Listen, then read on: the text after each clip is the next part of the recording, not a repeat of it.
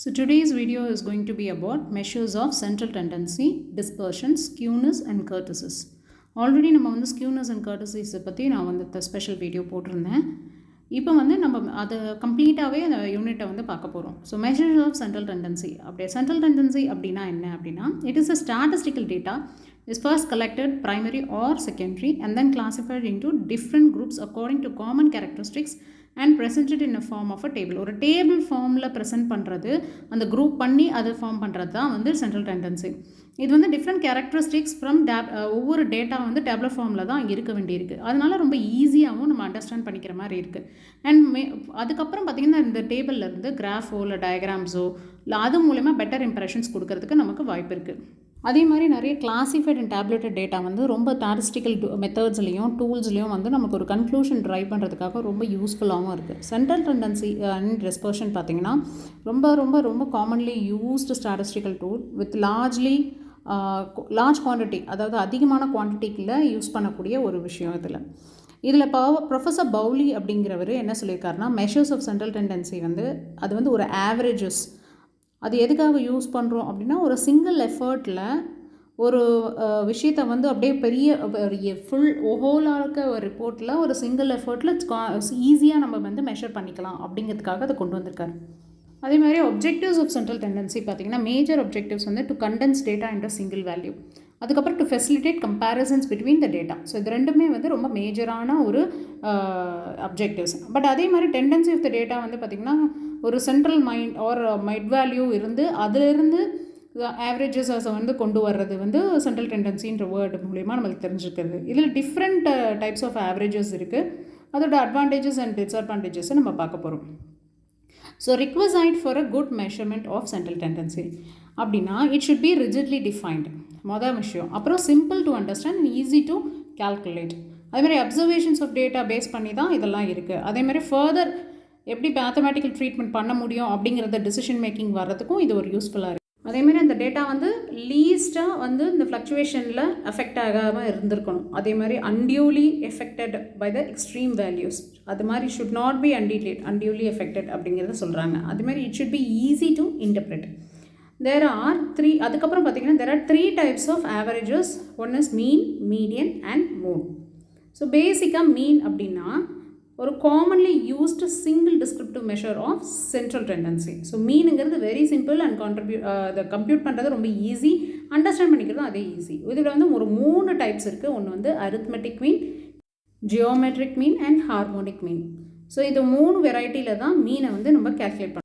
நம்ம ஃபஸ்ட்டு பார்க்க போகிறது அரித்மெட்டிக் மீன். அரித்மெட்டிக் மீன்றது ரொம்ப ரொம்ப சிம்பிள். நம்ம அதை தான் யூஸ் பண்ண போகிறோம். எப்படி யூஸ் பண்ணலாம் அப்படின்னா, சம் ஆஃப் குரூப் ஆஃப் நம்பர்ஸை வந்து அப்படியே டோட்டல் பண்ணி அப்படியே டிவைடட் பை நம்பர் ஆஃப் என்ன சீரீஸோ அதை பேஸ் பண்ணி அதை டிவைட் பண்ணுறோம். ஸோ இப்போ வந்து there as a formula which is being used for arithmetic. அதுக்கு முன்னாடி அரித்மெட்டிக் மீன் வந்து குரூப்டு டேட்டா அன்குரூப்டு டேட்டான்னு 2ஆக பிரிஞ்சிருக்கு. அதில் ஃபஸ்ட்டு வந்து பார்த்திங்கன்னா ungrouped data or raw data. So அதோட ஃபார்முலா பார்த்திங்கன்னா a is equal to 1 divided by n sigma I is equal to 1 and ai to the exponent of n. So x bar வந்து என்ன, x1 plus x2 plus x3 plus x4, அதான் number of series, அது வந்து xn வரைக்கும் continue ஆகும். அதே மாதிரி x பாரோட மெயின் ஃபார்முலா என்ன, sigma x divided by n. So என்னங்கிறது observation of x. So this is the major formula. Okay, இந்த ஃபார்முலா வச்சு தான் நம்ம அதெல்லாம் கேல்குலேட் பண்ண போகிறோம். இப்போ ஒரு எக்ஸாம்பிள் பாருங்கள். Consider the marks score by 10 students in mathematics in a certain examination 35, 30, 18, 15, 40, 30, 52 and xன்னு ஒன்று ஃபைண்ட் பண்ண சொல்லியிருக்காங்க. 47 and 10. ஸோ ஃபுல்லாக மேக்ஸிமோட மார்க்ஸு, அதில் அரித்மெட்டிக் மீன் வந்து 13 சொல்லிட்டாங்க. அப்போ எக்ஸோட வேல்யூ கண்டுபிடிக்கணும். So this is the formula.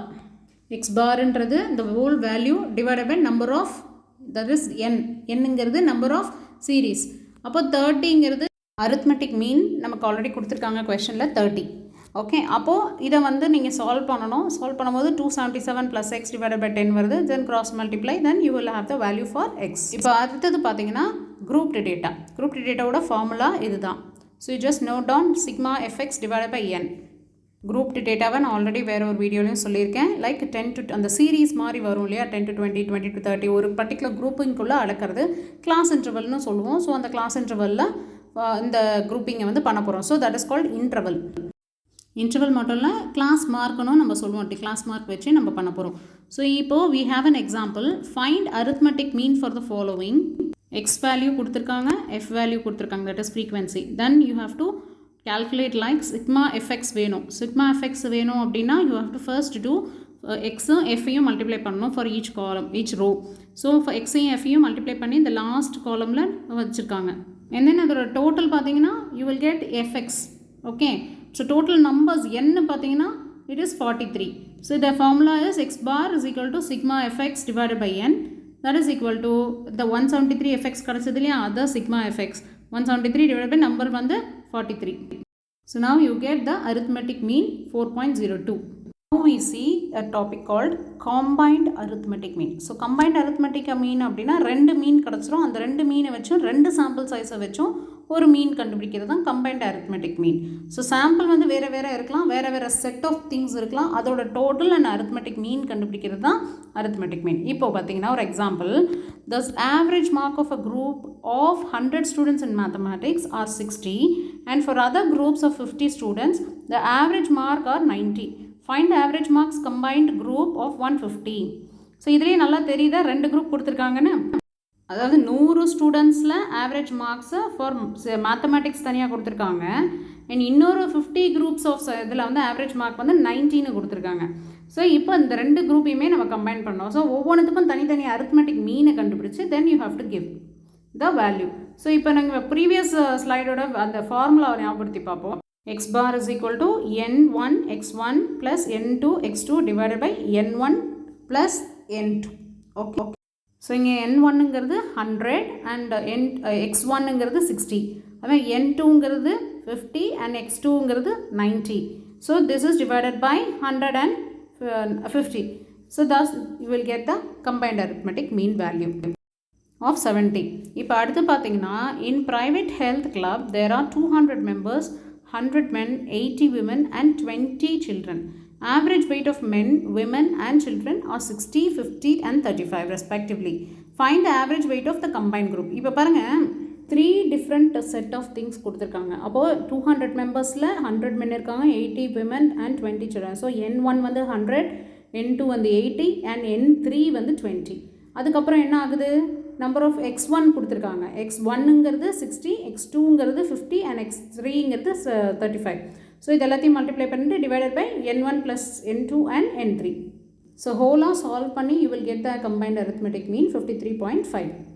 Next what is the merits of arithmetic mean. இதை நீங்கள் பார்த்தாலே உங்களுக்கு தெரிஞ்சிடும், இந்த ஸ்லைடை பார்த்தே தெரிஞ்சுக்கலாம். ஃபைனைட்டாக இருக்குது, இன்டெஃபினைட்டாக இருக்குது, it is algebraic treatment, fluctuations வந்து அஃபெக்ட் பண்ணாமல் இருக்குது. இது ஆல்ரெடி நம்ம பார்த்த ஸ்லைடு தான். அடுத்து பார்த்தீங்கன்னா டிமெரிட்ஸ், என்னென்னலாம் டிமெரிட்ஸ் இருக்குது அப்படின்னா it is extremely affected values. So ratios and percentage வந்து பார்த்தீங்கன்னா cannot have an average, it is not appropriate average for highly skewed distribution. அப்போது அதே மாதிரி it cannot be computed accurately if ஒரு ஐட்டம் இஸ் மிஸ்ஸிங். ஒரு item miss ஆகிருந்தால் நம்மளால் அக்யூரேட்டாக calculate பண்ண முடியாது. அதேமாதிரி மீன் சம்டைம்ஸ் என்ன ஆகுனா coincide with any other value அப்படின்னா அது பண்ண முடியாது, அப்சர்வ்டு வேல்யூவோட பண்ண முடியாது. அதேமாதிரி வைட் ஓப்பன் எண்டட் கிளாஸஸ்க்கு வந்து மீன் வந்து கண்டுபிடிக்கிறது கொஞ்சம் கஷ்டம் தான் ப்ரெசன்ட் டேட்டா வச்சு.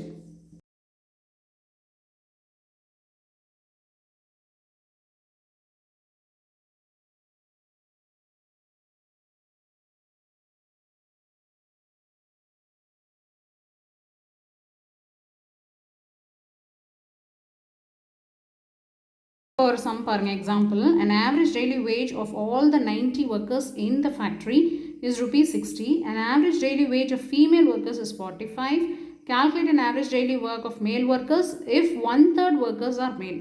ஸோ இந்த மாதிரி கொஷின்ஸ் தான் நம்மளுக்கு எக்ஸாம்பிளில் வந்து எக்ஸாமில் கேட்கறதுக்கு வாய்ப்பு இருக்குது. ஸோ இப்போ என்ன ஃபஸ்ட் கண்டுபிடிக்கணும்னா n1 கண்டுபிடிக்கணும். n1 வந்து பார்த்திங்கன்னா number of male workers.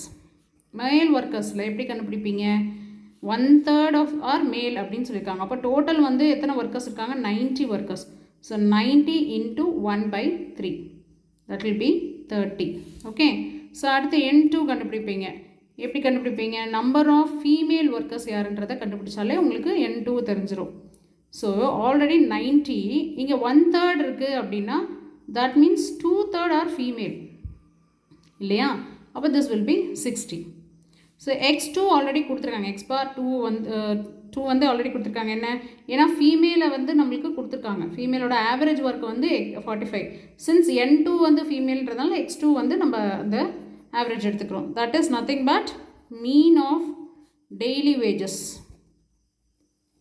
Of female workers இப்படி எடுத்துக்கணும். That is nothing but 45. So இப்போ என்ன தெரியணும் நமக்கு, x1 தெரியணும். இப்போ இதில் போர்ஷன் வந்து கொடுக்கல, மீதியை நம்ம தான் கண்டுபிடிக்கணும். So x bar is equal to n1 x bar 1 plus n2 x bar 2 divided by n1 plus n2 இல்லையா, அதை கம்பைன் மீனில். அப்போ என்னங்கிறது n1ங்கிறது 30, x bar 1ங்கிறது we don't know, plus n2ங்கிறது 60 and x2ன்றது 45 divided by 30 plus 60. That's nothing but 30. So 30x1 plus 60 into 45, that will be 2700 divided by 90. So 2700 க்கும் இதுக்கும் உள்ள difference என்ன, this will go for, this will be like இதையுமே நீங்கள் எடுத்துருங்க, this will be 30 and 30x1 plus 2700 divided by 30, then it will be, இது இங்கே போயிடும். So x1 is equal to 2700 divided by 30, that is nothing but 90. Okay.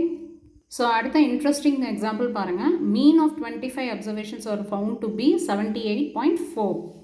But later on it was found that 96 was misread as 69. Find the correct mean. So இப்போ என்ன சொல்லியிருக்காங்க, 25 observation எடுத்திருக்காங்க, that will be n. So 25 observation will be n. Okay, அடுத்து என்ன சொல்லியிருக்காங்க, 78.4 அப்படின்னு கொடுத்துருக்காங்க. That is nothing but மீன் இல்லையா, அப்சர்வேஷன்ஸ் வாஸ் ஃபவுண்ட் மீன், அதோட மீன் வந்து 78.4. இப்போது 96 வந்து மிஸ்ரெட் as 69. So x bar is equal to sigma x divided by nல என்ன பண்ணணும், ஃபஸ்ட்டு n x bar அப்படிங்கிறது என்னன்னு கண்டுபிடிக்கணும். ஓகே, சிக்மா எக்ஸ் இது அப்படியே இங்கே போகணும். Okay, is equal to sigma x. So nx bar is equal to sigma x. அப்போது உங்களுக்கு என்ன கிடச்சிருக்கு, ஆல்ரெடி இது இருக்குது. So 25 into 78.4 is equal to, you will get 1960. So 1960 வந்து sigma x. இப்போது நீங்கள் sigma x கிடச்சிருச்சு, அதிலிருந்து டோட்டலாக கிடச்சிருச்சு இல்லையா, sigma xலேருந்து மைனஸ் என்ன ராங்காக ஸ்ப்ரெட் பண்ணியிருக்கிறது 69, அப்புறம் என்ன ஆக்சுவல் கரெக்டாக இருக்கிறது 96, அதை அப்படியே இதை மைனஸ் பண்ணிவிட்டு அதை ஆட் பண்ணுறோம். ஸோ 1987. ஸோ கரெக்டட் மீன் பார்த்தீங்கன்னா 1987 divided by the sigma x divided by n. என்னங்கிறது 25. That is nothing but 79.48. So அதே ஃபேஷனில் இன்னொரு example, the mean salary of 50 employees of a company was computed as 680 rupees per month.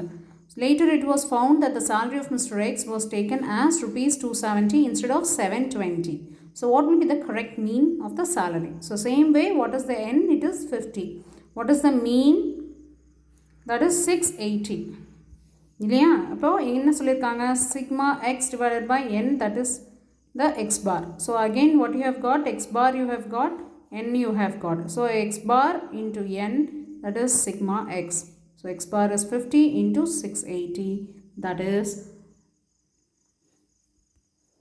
34,000. So இப்போது இந்த மீன்லேருந்து இந்த x பார்லேருந்து sigma x பார்லேருந்து 34,000லேருந்து minus what was actually taken 270 instead of 720. So 270 minus பண்ணிவிட்டு ப்ளஸ் 720 பண்ணால் உங்களோட வேல்யூ வந்து it will be 3,4450. இப்போது இதை வச்சு the correct mean எவ்வளோ கண்டுபிடிக்கிறதுனா sigma x bar divided by n, that is 34,450 divided by 50, that is nothing but 689. So now we are going to see geometric mean. அது வந்து it is an ungrouped data or raw data இல்லைனா grouped data ரெண்டுமே இருக்குது. geometric mean அப்படின்னா first தெரிஞ்சுக்கணும், it is like ஒரு observations இருக்குது அப்படின்னா அதை nth root of the product பண்ணி பார்க்குறது தான் ஜியோமெட்ரிக் மீன். ஸோ இங்கே ஃபார்முலா பார்த்தீங்கன்னா square root of n of x comma 2x2 comma அப்படின்னு x1 வரைக்கும் xn வரைக்கும் போயிட்டே இருக்குது. அப்படின்னா அந்த மீன் ஆஃப் வேல்யூஸ் இல்லை நீங்கள் ஸ்கொயர் ரூட்டை எடுத்துகிட்டு இட் ஷுட் கோ வந்து தான் 1/9 பவரை மாற்றிக்கலாம். ஸோ இங்கே ஒரு எக்ஸாம்பிள் பாருங்க, mean of the geometric mean of the values 10, 24, 15. So இதுக்கு ஜியோமெட்ரிக் மீன் வந்து 4 நம்பர்ஸ் தான் இருக்கும். n is equal to 4. Geometric mean வந்து ஸ்கொயர் ரூட் ஆஃப் 10 லொகேட் பண்ணி விடுங்க. 15 into 10 into 24 square root ஆவும் யூஸ் பண்ணிக்கலாம் 4 இல்லனா ஹோல் டைரக்டா ஸ்கொயர் ரூட் எடுத்துட்டு 1 to ரூட் ஆவும் யூஸ் பண்ணிக்கலாம் 1/4. So the value வந்து ஆன்சர் ஆஃப் 18.423. So இப்படி தான் இந்த சம் வந்து நம்ம அன்குரூப் டிடெக்ட் பண்றோம். இப்போ குரூப் டேட்டாக்கு பாத்தீங்கன்னா குரூப் ஸ்கொயர் ரூட் ஆஃப் அந்த ஃப்ரீக்வென்சி யூஸ் பண்ணி பண்றது குரூப் டேட்டா. அதுல ஃப்ரீக்வென்சி வைஸ் பண்றது குரூப் டேட்டா. ஃப்ரீக்வென்சி இங்க வந்து நம்ம group like square root of the particular dataவை வந்து ஒரு அதே ஃபார்முலா யூஸ் பண்ணி அந்த பவர் ஃப்ரீக்வென்சி இஸ் அங்க வந்து அந்த ஃப்ரீக்வென்சியை பவர் பண்ணிடணும்.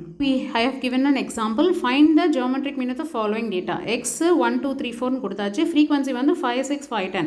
So now we have to multiply. ஏன்னா x to the power of f1 னு கொடுத்திருக்காங்க. So x to the power of f1 முதல்ல கண்டுபிடிக்கணும். அப்போ 1 to the power of 5, that is x and frequency, அது ரெண்டுத்தையும் வச்சு நம்ம அதை கால்குலேட் பண்ணுறோம். ஸோ அதோட டோட்டல் கீழே வந்து we have to take this the total power. So ஒவ்வொன்றுத்தையுமே எடுத்துக்கோங்களேன். 1 into 5, 2 into 6, 3 into 5 and 4 into 10. Not into, it is power. Actually it is a power.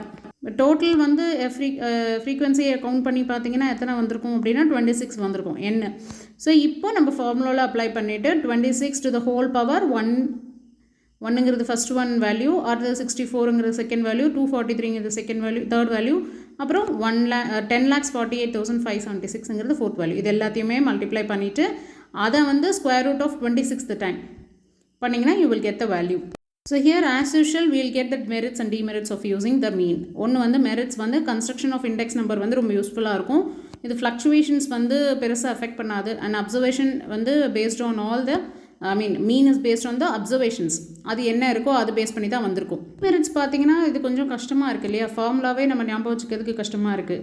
அது கால்குலேட் பண்ணுறது அதை விட கஷ்டமாக இருக்கும். பிகாஸ் அது லாகரிதம்ஸ் அதெல்லாம் தேவைப்படும். ஏன்னா அது பவர் ஆஃப் 10ன்னா ஓகே, 20 25லாம் எப்படி பண்ணுவோம். அப்போ ஸ்கொயர் ரூட் ஆஃப் 26ன்னு பல ப்ரீவியஸ் சம் இருந்துச்சு. ஸோ அது பண்ணுறது it's very very calculative and ரொம்ப பெரிய வேல்யூ இருக்கும். And it cannot be calculated when the value is 0 or negative. So இந்த மாதிரி இருக்கும்போது முடியாது, அது பண்ண முடியாது. அடுத்து பார்த்திங்கன்னா ஹார்மோனிக் மீன் அப்படிங்கிறது it is a reciprocal of arithmetic mean. So arithmetic மீனில் என்னென்னலாம் அப்சர்வேஷன்ஸ் இருக்குது, சென்ட்ரல் டெண்டன்சி மூலமா it is a center point அப்படிங்கிற மாதிரி கொண்டு வந்தோம்.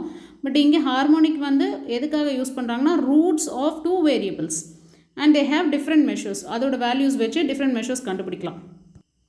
அதே மாதிரி ஹார்மோனிக் மீன் வந்து ஆவரேஜஸ் ஆஃப் ரேஷியோஸ் ஆஃப் ரேட்ஸை வந்து கண்டுபிடிக்கலாம். இது எங்கெல்லாம் யூஸ் பண்ணுறாங்க அப்படின்னு பார்த்தீங்கன்னா ஃபைனான்ஸில் யூஸ் பண்ணுறாங்க டிஃப்ரெண்ட் ரேட்ஸோட ஆவரேஜ் கண்டுபிடிக்க. அதே மாதிரி குவான்டிட்டிஸ் ஆஃப் ஸ்பீடு அந்த மாதிரி விஷயங்களுக்கெல்லாம் அதை வந்து கால்குலேட் பண்ணி கண்டுபிடிக்கிறாங்க. இதுக்கும் 2 டைப் ஆஃப் குரூப்பிங் டேட்டா இருக்குது. ஒன்று வந்து அன்குரூப் டேட்டா, இன்னொன்று வந்து குரூப்டு டேட்டா. அன்குரூப் டேட்டாவுக்கு என்ன ஃபார்முலா அப்படின்னு இதில் கொடுத்துருக்கேன் பாருங்கள். n divided by exponent of n I is equal to 1 and 1 divided by x1. So இதுதான் ஃபார்முலா. வேர் x1 x2 x3 எல்லாம் வந்து அப்சர்வேஷன்ஸ் ஆஃப் x. ஓகே, இப்போ ஒரு எக்ஸாம்பிள் பாருங்கள். ஹார்மோனிக் மீனில் வந்து என்னெல்லாம் கொடுத்துருக்காங்க அப்படின்னா 10 24 15 ஆல்ரெடி கொடுத்த அந்த சம் தான். இதில் ஒரு சின்ன டிஃப்ரென்ஸ் என்னென்னா ஹார்மோனிக் மீனில் n டிவைடட் பை அந்த எக்ஸ்பெனன்ஷியேஷன் 1 டிவைட் பை x1ங்கிறதுக்கு பதிலாக நம்ம என்ன சொல்கிறோம் 1 டிவைட் பை 10 ஃபஸ்ட்டு என்ன மீனோ அது அப்சர்வேஷன் ப்ளஸ் 1 டிவைடட் பை 24, அதே மாதிரி plus 1 divided by 15 plus 1 divide by 32. So இது 4 divided by the whole value, அதுக்கு வேல்யூ வர்றது தான் ஹார்மோனிக் மீன். ஸோ இங்கே harmonic mean or group or raw டேட்டாக்கு ஃபார்முலா பாருங்கள். n divided by exponential of n sigma 1 is equal to 1, I is equal to 1 and frequency divided by x. So அப்சர்வேஷனும் ஃப்ரீக்வன்சியும் கொடுத்துருக்காங்க உங்களுக்கு இந்த ப்ராப்ளமில் பாருங்கள். ஹார்மோனிக் மீன் கண்டுபிடிக்கிறது. ஸோ இது வந்து ஃப்ரீக்வன்சியில் கொடுத்துருக்கு. That means it is grouped data. So இந்த குரூப்டு டேட்டாவில் எப்படி கண்டுபிடிக்கிறது அப்படின்னு பார்த்தீங்கன்னா divided by sigma fx f1 divided by x1. அப்போ f1 f2 and f3 தான் n.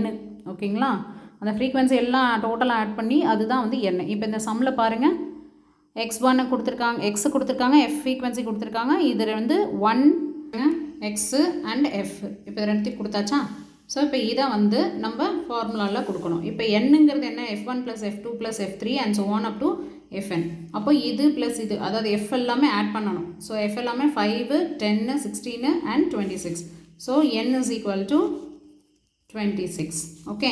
அப்புறம் அடுத்தது பார்த்தீங்கன்னா f டிவைடட் பை x. நீங்கள் இந்த ஃபார்முலாலேயே கேல்குலேட் பண்ணாலும் ஓகே தான்.